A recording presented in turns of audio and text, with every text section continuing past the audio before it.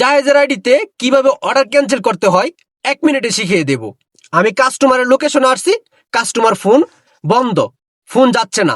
এখন আমি কিভাবে কোম্পানিকে জানাবো, কোম্পানির কাছে মেসেজ করব। জায়েজের সাথে সরাসরি কথা বলার সিস্টেম নাই, জাস্ট মেসেজ করার সিস্টেম আসছে। আমি একটা রিপোর্ট করব, রিপোর্ট করার পর জায়েজ আমাকে ফোন দিবে, যখন ফোন দিবে তখনই ক্যান্সেল হবে। তো খেয়াল করুন কিভাবে রিপোর্ট করতে হবে। স্ক্রিনে খেয়াল করুন, এই দেখেন অর্ডারটা কত মিনিট হয়েছে, 43 মিনিট অলরেডি হয়ে গেছে। আমি কাস্টমারের লোকেশন আছি, কাস্টমার ফোন ফোন বন্ধ কাস্টমারের। এখন আমি অর্ডারের উপর ক্লিক করব। ক্লিক করার পর জায়েজকে কিভাবে জানাবো কাস্টমারের ফোন ফোন যাচ্ছে না কাস্টমারের মোবাইলে, জায়েজকে আমি কিভাবে জানাবো।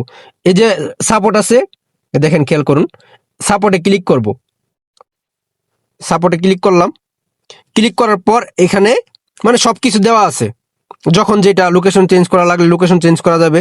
এখন অর্ডার ক্যান্সেল করার জন্য আমি বলবো যে কাস্টমারের ফোন যাচ্ছে না, অর্থাৎ সেটার জন্য কোথায় করতে হবে, এই দেখেন কাস্টমার নট আনসারিং, ঠিক আছে, এখানে লেখা আছে কাস্টমার নট আনসারিং।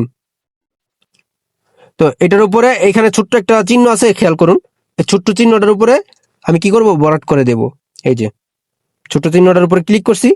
ক্লিক করার পর তারপরে নিচে যাবেন, নিচে দেখেন এভাবে নিচে যাবেন, নিচে গিয়ে এই যে সেন্টে ক্লিক করব। এই যে ওকে, জায়েজের কাছে চলে গেছে মেসেজ। এখন আমি বসে বসে অপেক্ষা করব, অপেক্ষা করার যতক্ষণ লাগে, 2 ঘন্টা লাগুক 1 ঘন্টা লাগুক, যতক্ষণ পর্যন্ত জায়েজ আমাকে ফোন না দিবে ততক্ষণ পর্যন্ত আমি অপেক্ষা করব। জায়েজ ফোন দিলে আমি বলবো যে কাস্টমারের ফোন রিসিভ করে না বা ফোন যায় না, তারপরে জায়েজ আমাকে অর্ডারটা ক্যান্সেল করে দিবে। এরকম ভাবে অর্ডার ক্যান্সেল করতে হয়।